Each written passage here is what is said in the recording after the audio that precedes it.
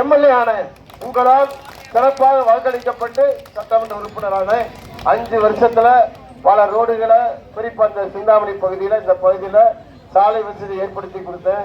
குடிநீர் குழாய்க்கு இணைப்புகளுக்கு முயன்று வெற்றி பெற்றேன். இப்படி திட்டங்கள் எல்லாம் ஒரு பக்கம் சொன்னாலும் இன்னொரு பக்கம் உங்களுக்கு சிந்தனை நடக்கிறது. இன்றைக்கு இருக்க அரசு எப்படிப்பட்ட அரசு நீங்க யோசனை பண்ணி பாருங்க. பல்வேறு அம்மாவுடைய திட்டங்களை முடக்கியதோடு மட்டுமல்ல, சட்டம் ஒழுங்கை கெட்டு போய் கிடக்கிறது. திருநெல்வேலியில பேசுகிற வாய்ப்பு எனக்கு கிடைத்திருக்கிறது. புரட்சி தலைவர் எம்ஜிஆர் அன்பை பற்றி, அம்மாவின் அன்பை பற்றி, எடப்பாடி அன்பை பற்றி இன்றைக்கு பாரத பிரதமர் மதிப்பிற்குரிய மோடி அவர்களும் அனைத்து இந்திய அண்ணா திராவிட முன்னேற்ற கழக அருமை மதிப்பிற்கு எடப்பாடி அவர்களும் இணக்கமான உணர்வோடு தமிழக மக்களுக்கு பல்வேறு திட்டங்களை கொண்டு வர வேண்டும், நிதி ஒதுக்கீடு என்ற உணர்வோடு இன்றைக்கு தேர்தலை சந்திக்கிற வாய்ப்பாக இந்த வாய்ப்பு இருக்கிறது. அனைத்து இந்திய அண்ணா திராவிட முன்னேற்ற கழக ஆட்சி பொறுப்பில் இருக்கும் போது புரட்சி தலைவர் எம்ஜிஆர் காலத்திலும் புரட்சி தலைவர் அம்மா காலத்திலும் எத்தனையோ திட்டங்கள் கொண்டு வந்தார்கள். அத்தனை திட்டங்கள் மீண்டும் மீண்டும் சொல்வதை விட அத்தனை திட்டத்தையும் திமுக அரசு ஸ்டாலின் அரசு என்று புடைக்கி போட்டிருக்கிறது.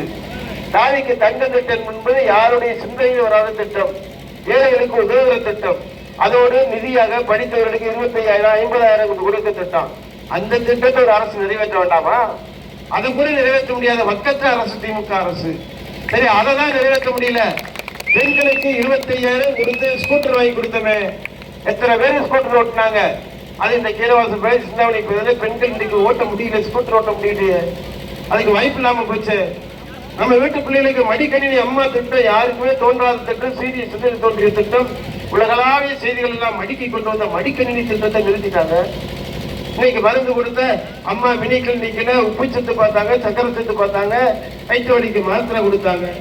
அத்தனை திட்டத்தையும் இன்றைக்கு மறுத்து விட்டார்கள். அது அனைத்து இந்திய அண்ணா திமுக ஆட்சி பொறுப்பில் இருக்கிற போது ஒரே வருஷத்துல 11 மருத்துவர்களை கொடுத்த அரசு எடப்பாடி அரசு. மத்திய அரசு இலக்கமா இருந்தாலும் வாங்க முடிஞ்சு.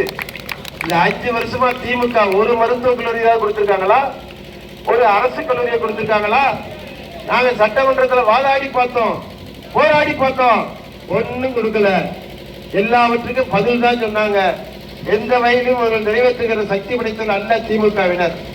ஆக அனைத்து இந்திய அண்ணா திராவிட முன்னேற்ற கழகம் எங்கள் எடப்பாடியார் கடுமையான குற்றச்சாட்டுகளால் பதில் சொல்ல முடியல. பெண்களுக்கு பாதுகாப்பு இல்லை, சட்டம் ஒழுங்கு கட்டி போய் கிடைக்கிறது. எந்த தொலைக்காட்சி தொடங்கினாலும் அரை மணி நேரம் 1 மணி நேரம் அதுல குற்ற செய்திகள் போடுறாங்க. கொலை, கொள்ளை, மூதாட்டி கொலை, இந்த செய்தி வருது.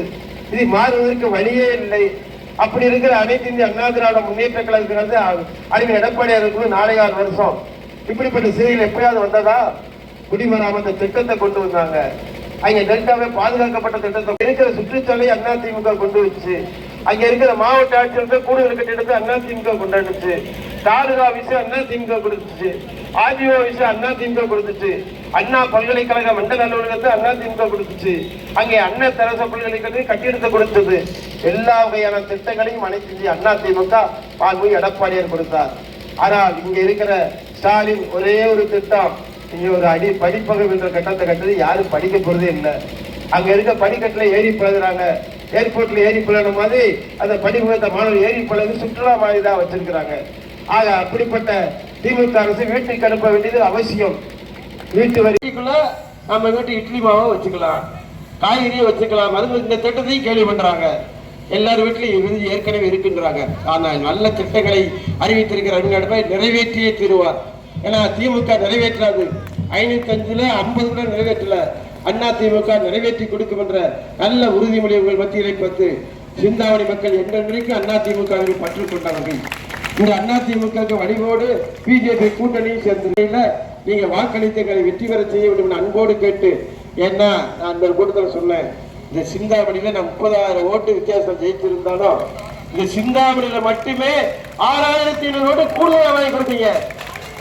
இந்த 2 வார்டுலயும் 6,000 கூடுதல் வாங்கி கொடுத்தீங்க. இப்ப அதை விட கூடுதலா வாங்கி கொடுங்க, உங்களுக்கு கனிவோடு கேட்டுக்கொள்கிறேன். அதோடு மட்டுமில்ல, இன்னும் சொல்லிடுறேன், கூட்டணி முடி திமுக வலிவோடு இருக்குன்னு எல்லா பேப்பர்ல எழுதினாங்க. அங்க 3வது சின்னமாக எங்க இருந்தாலும் நீங்க முத்திரை குத்திடுவீங்க, தேடி போடுவீங்க. ரெட்டலையில என்ன பண்ணுவீங்க? தேடி போடுவீங்க. அப்படி ரெட்டலையை தேடி ரெட்டலை சின்னத்தினை முத்திரையிட்டு வாக்களித்து என்னை வெற்றி பெற செய்ய அன்போடு கேட்டு, சிந்தாமணி மக்கள் என்றென்று என் மீது பற்று கொண்ட அனைவருக்கும் என்னுடைய வணக்கத்தையும் வாழ்த்துக்களையும் தெரிவித்து நன்றி, வணக்கம்.